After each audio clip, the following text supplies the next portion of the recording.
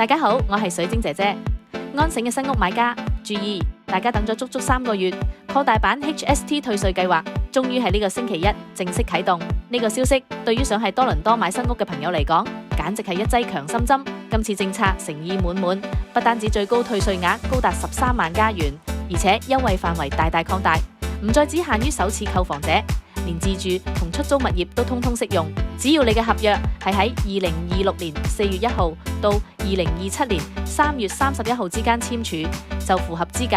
市場反應一如預期咁快，好多精選樓花市場已經率先回暖，大家都想搶喺呢個政策紅利期入市，最高退稅13萬，概念上等於政府送你首付買樓。扣除呢筆退稅，入市門檻即時低咗1截，同時有好多啱啱新出極具潛力嘅優質樓花項目，絕對係近年難得一見嘅黃金窗口期。你覺得呢個係咪入市良機呢？